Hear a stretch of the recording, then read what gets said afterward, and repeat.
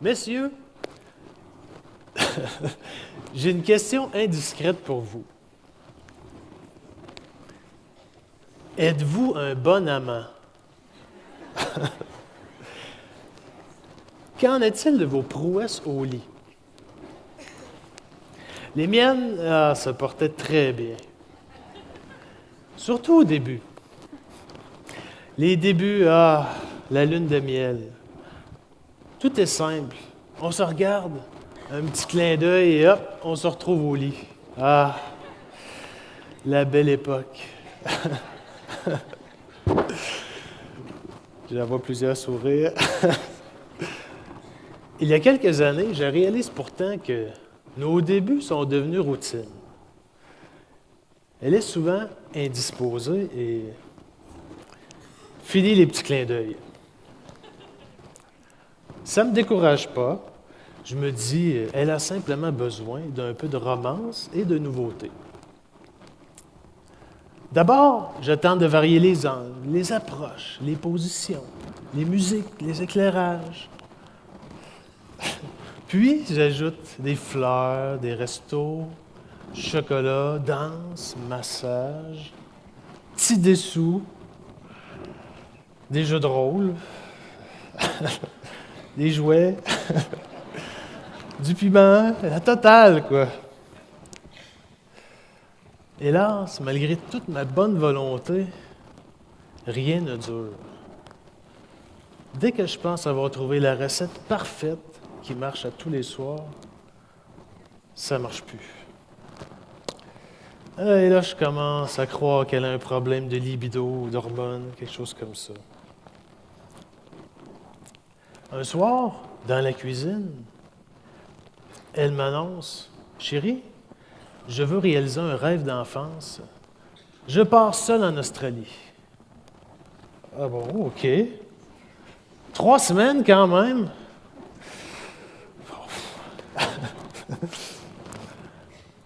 À moi de tenir la maison, de m'occuper des enfants et de tout le reste. Je m'encourage en me disant qu'après tant d'efforts, j'aurai sûrement droit à une belle récompense.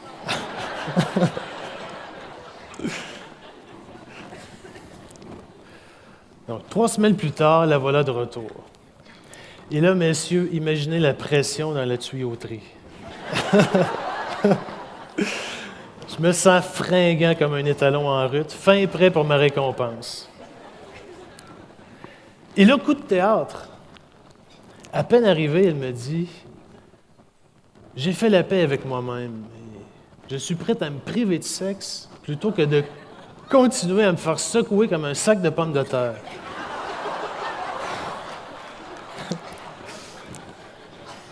Et elle ajoute « Ma décision est ferme et je suis prête à te quitter s'il le faut. » Et puis, elle me tend son sac à dos de voyage. Puis elle me dit « Voici le fardeau de porter seule la responsabilité de notre vie sexuelle. J'en ai bien fini de toute cette culpabilité. À toi de le porter maintenant. »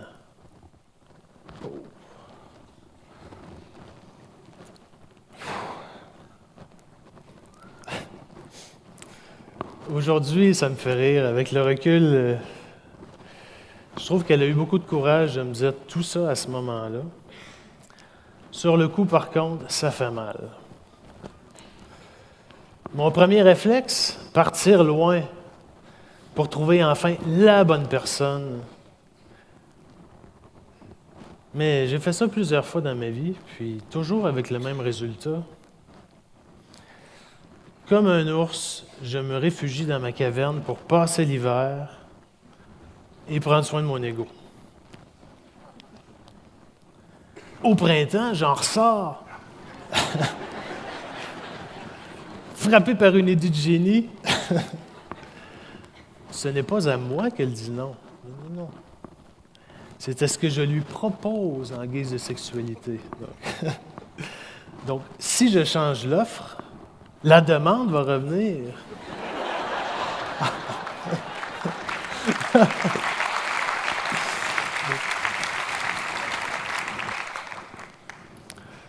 Le soir venu, dans la cuisine, là où chez nous les choses se disent, Chérie, je suis prêt à changer.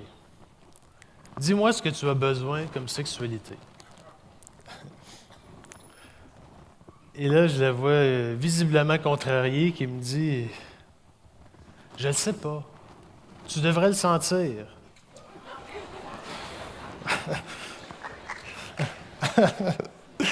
Je ne le sens pas, évidemment. Finalement, elle ajoute, j'ai besoin de tendresse, de câlin, de sentir une connexion entre nos cœurs. Une quoi? OK. J'adore les défis. Je me lance alors dans une quête pour trouver la recette de la connexion des cœurs. Évidemment, je cherche partout et je ne trouve rien de nouveau. Donc, je finis par demander à mes potes au bistrot.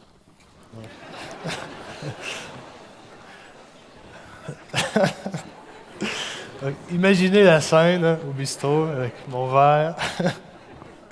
Les gars, ma femme me demande plus de connexion du cœur. Qu'est-ce que vous me conseillez pour commencer? Là, chacun regarde son verre.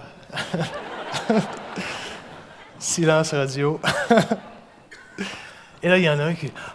As-tu essayé les fleurs, les restos, le chocolat, la danse, les massages, les petits dessous et tout le reste? Bref, rien de nouveau. Bon. Un peu découragé, je retourne vers ma femme et je lui demande « Chérie, c'est quoi donc la recette pour connecter nos cœurs? » Et là, je la vois mi-souriante, mi-contrariée, qui me dit « Devinez quoi? Je le sais pas. Tu devrais le sentir. » Mais là, elle me regarde dans les yeux et elle dit « Trouve ton propre chemin. J'ai confiance en toi. » Ça me touche. Comme une reine avec son chevalier, je la sens m'investir d'une mission sacrée. Bien des années plus tard, voici ce que j'ai écrit pour la remercier. Aujourd'hui, j'aimerais t'honorer d'avoir eu le courage de nommer, sans me l'imposer, ce héros que tu voyais en moi. Pour être cet homme, j'ai eu à faire face à mes peurs, à mes émotions refoulées, pour toucher enfin ma vraie puissance, celle qui rime avec présence, celle qui se conjugue en douceur, cette délicieuse force tranquille. Merci à toi et merci à toutes les femmes qui osent encore rêver contre vents et marées, de preux chevaliers, de troubadours, de ciels étoilés.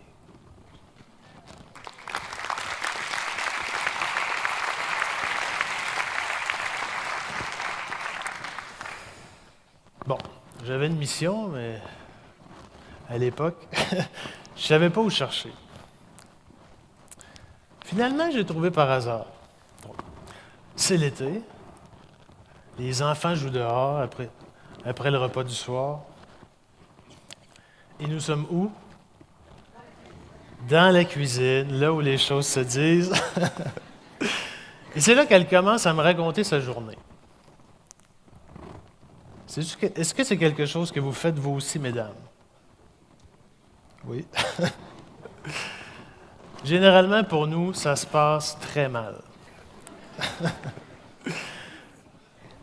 Chaque fois qu'elle me parle de ses problèmes, je lui propose une solution. Invariablement, elle finit par se fâcher. Fatiguée par son manque de bonne foi,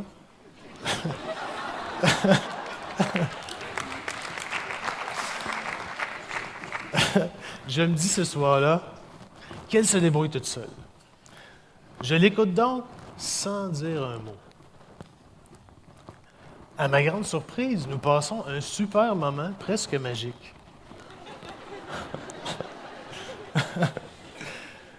Je sens une complicité retrouvée se prolonger toute la soirée jusque dans notre lit.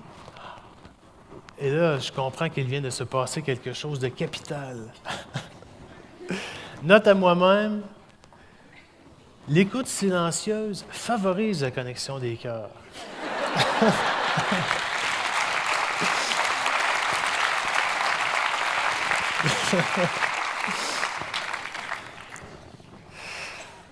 Chaque jour, je m'efforce de lui offrir ma présence.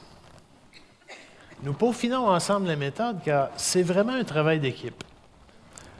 Voici quelques observations. Elle doit assumer sa beauté rayonnante et me l'offrir. Le commérage n'est pas bon à recevoir. Je dois cesser de faire pour m'ouvrir et la recevoir sans condition. Là. Ce moment nous sort de nos têtes. Peu à peu, nous sourions sans raison, tandis que le temps s'efface. À la longue, je sens vraiment une chaleur, du mouvement dans ma poitrine, quelque chose qui s'éveille en moi. Et surtout, le plus beau cadeau, je la trouve de plus en plus belle, comme au début. Comme si de nouveau j'arrive à la voir avec d'autres yeux, ceux du cœur. Je pousse encore plus loin. Je réalise qu'être ouvert, je réalise que mon cœur s'ouvre plus facilement si j'inspire profondément, comme si je voulais la faire entrer tout entière dans mon cœur. Messieurs, essayons ensemble. Donc, prenez un instant pour visualiser la dame de vos pensées.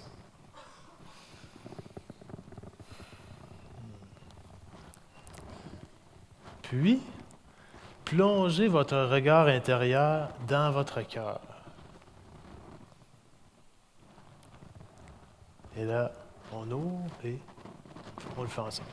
On ouvre et on inspire profondément.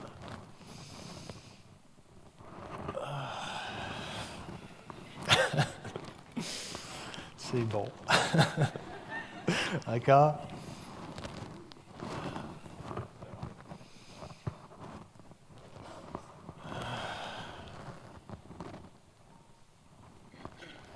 Autre découverte extraordinaire, ça me donne de l'énergie.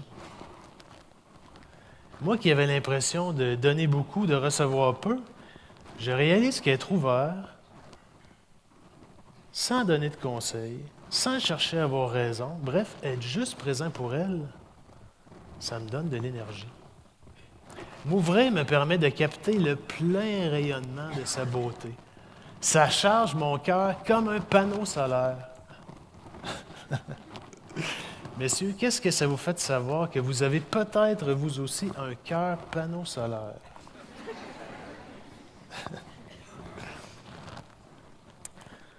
À la longue, notre vie retrouve de la fluidité. Faire l'amour avec les cœurs connectés, c'est vraiment mieux. Nous le faisons d'ailleurs plus souvent, mais c'est encore difficile d'harmoniser nos désirs. Moi, tel un scout, toujours prêt. Elle, pas toujours. Je lui demande souvent comment elle veut être touchée, caressée. Et toujours, elle me répond, devinez quoi? Je ne sais pas. Tu devrais le sentir. Mais c'est devenu une blague entre nous et elle m'encourage souvent en me disant « Fais-toi confiance, en dedans, tu le sais. » Bon, je me sens parfois vraiment maladroit. Un jour, je parle de sexe avec un ami et subitement, il me dit « Il y a ce livre, Faire l'amour de manière divine de Barry Long. » Il me dit « Toutes les femmes que je connais rêvent d'essayer ça. » Ah ben là...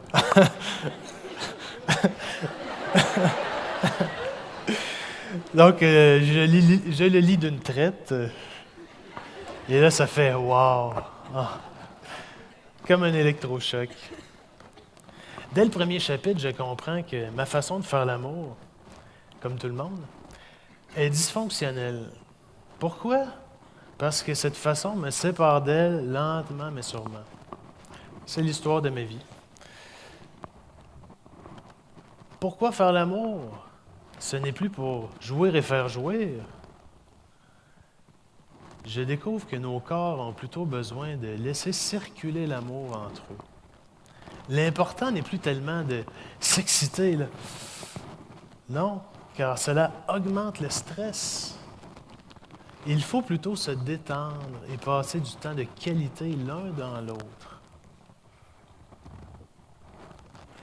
Moyenne nationale, 5,4 minutes, selon Google. C'est la durée moyenne d'une relation sexuelle. Et là, j'apprends que c'est très en dessous de nos besoins réels. Il faut plutôt y consacrer des heures à chaque semaine. Il est même question de se fixer des rendez-vous. Wow! Mon désir est enfin bon pour la santé. Je comprends aussi que ça va demander tout un travail d'équipe. Déjà, d'aller lui en parler, ça me fait peur. Voici comment ça s'est passé. Je m'approche. Chérie, voici le livre qui va changer nos vies. Et là, elle me regarde agacée. Elle décide quand même de lire le livre. Merci à son intuition féminine. Après sa lecture, elle revient vers moi en riant et elle me dit « Ah, je pensais être folle de croire tout ça et je réalise que nous sommes au moins 2 avec l'auteur et même 3 avec toi. »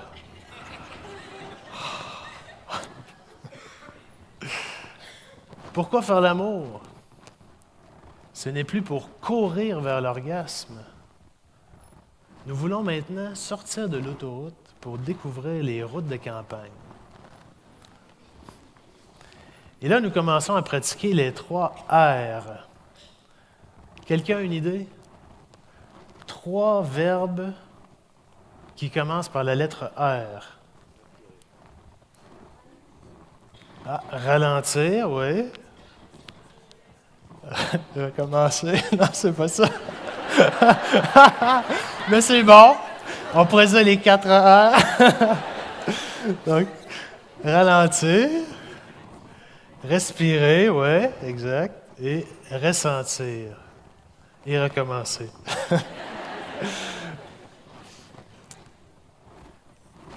Ces 3 clés nous aident vraiment, ces 4 clés nous aident vraiment à sortir de la moyenne nationale et de la performance. Quel fardeau de déposer ce... Quel soulagement de déposer ce fardeau.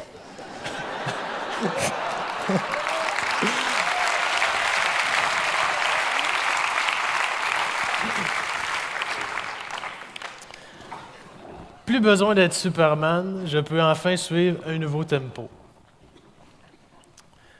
Pourquoi faire l'amour? Une nouvelle réponse prenait forme dans le silence de mon cœur. Pour connecter avec elle.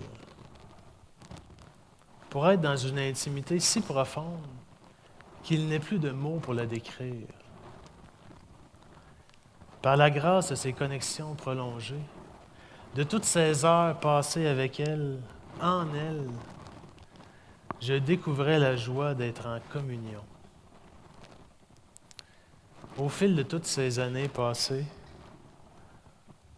à explorer ce pays sans carte, j'ai découvert qu'il existait en elle un endroit magique, dans son ventre de femme, une porte ouverte sur l'infini.